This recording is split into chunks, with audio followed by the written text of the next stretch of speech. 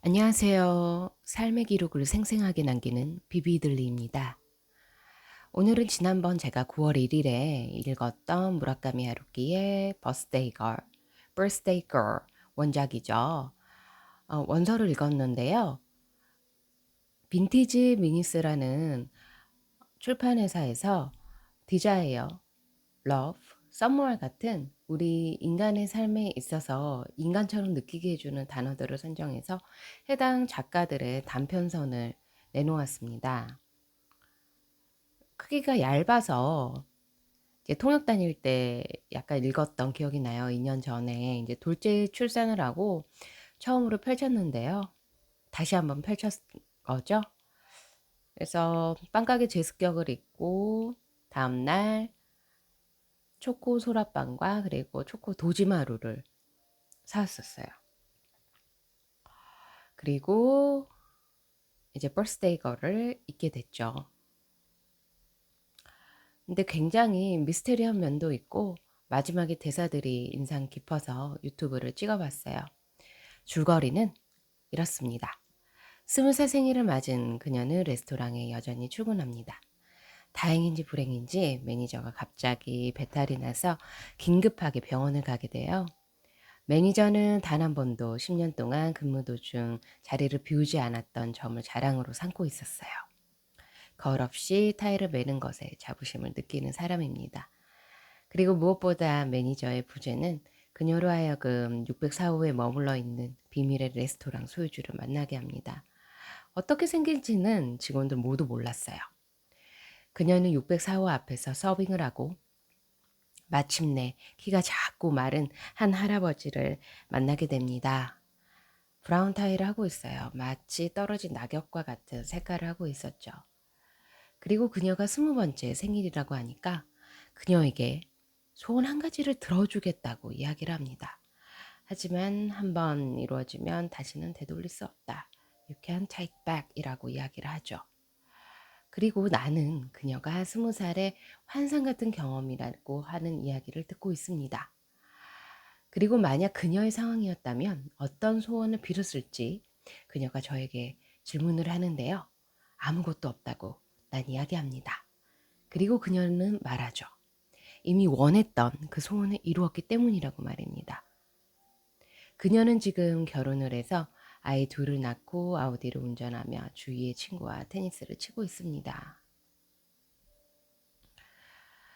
여러분들은 지금 어떤 소원을 이루고 싶나요? 아니면 20살 때 원했던 소원을 이루었나요? 상당히 의미 있는 질문을 무라카미 하루키는 던져줍니다. 페이지 31페이지에서 나옵니다. They might just well have been throwing pebbles into an empty cave. 그들은 차라리 빈 동굴에 자갈을 던지는 것이 나았을지도 모른다.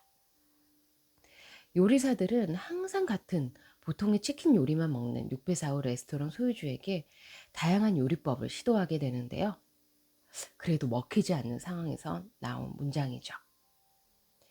33페이지에서 나옵니다.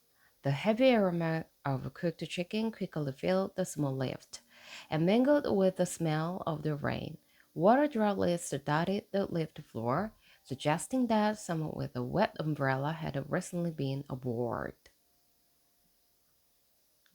치킨 요리의 진한 향은 좁은 엘리베이터를 빠르게 채웠다. 냄새는 비냄새와 섞였다. 젖은 우산을 든 누군가가 막 엘리베이터에 탔었음을 알려주는 물방울은 엘리베이터 바닥에 점을 그렸다. 44페이지에서 또 의미 있는 문장이 하나 나옵니다. 저는 여기 소설에서 가장 인상 깊게 읽었어요. Sometimes I get the feeling that everything that happened to me on my 20th birthday was some sort of illusion. 때론 20살 생일에 나에게 일어난 모든 일들이 환상 같은 것이었다고 느껴질 때가 있어요. 여러분들은 이렇게 삶을 돌이켜봤을 때, 리와인드 해봤을 때 어떤 환상 같은 일이 있나요? 저는 있어요. 좀 이따 말씀드릴게요. 그리고 마지막 46페이지에서 한 의미 있는 문장이 또 나오죠. Just one, you can't change your mind afterwards and take it back. 단 하나의 소원만 빌면 돼요. 하지만 소원을 빈 후에는 당신의 마음을 바꿀 수도 되돌릴 수도 없죠. 세월이 지나고 돌이켜보면 마치 내가 겪은 일 중 일부가 한상처럼 아니면 트루먼 쇼였던 것처럼 느껴지는 장면들이 몇 가지가 있습니다. 저 같은 경우는 둘째 출산 후 주마등 스치기가 자주 일어나는데 마흔의 언덕이라는 점도 무시할 수는 없는 것 같아요. 한번 스스로에게 질문을 해보기로 합니다. 당신의 인상에서 환상이었다고 느껴지는 경험이 있나요? 저 같은 경우는 32살 정도에 밤 10시 약간 넘었나? 그때 제가 통번역 자격증을 공부하고 있었고 시험을 마치고 가고 있는 길이었어요.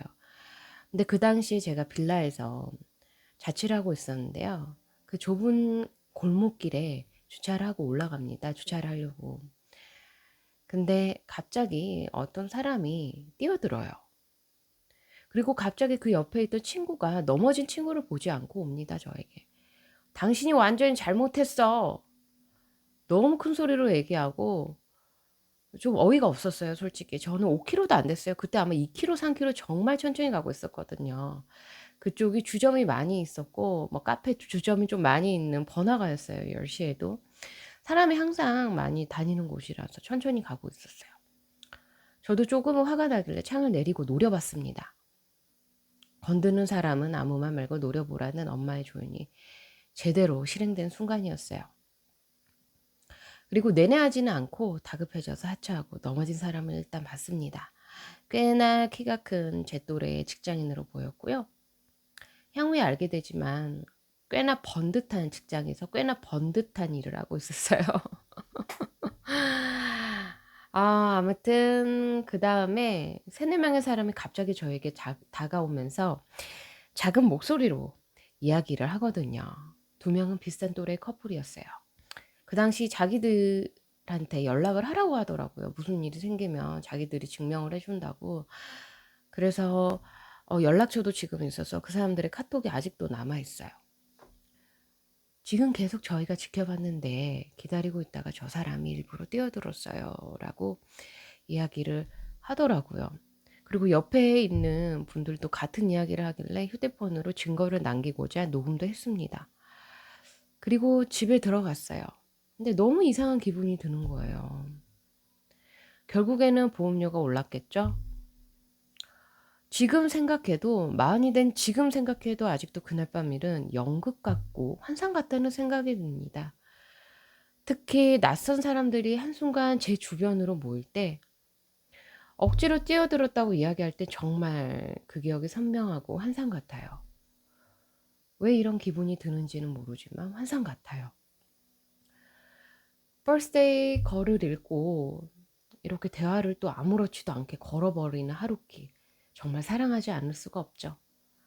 아마도 책 읽기가 큰 위로가 되는 이유 중 하나가 아닐까요?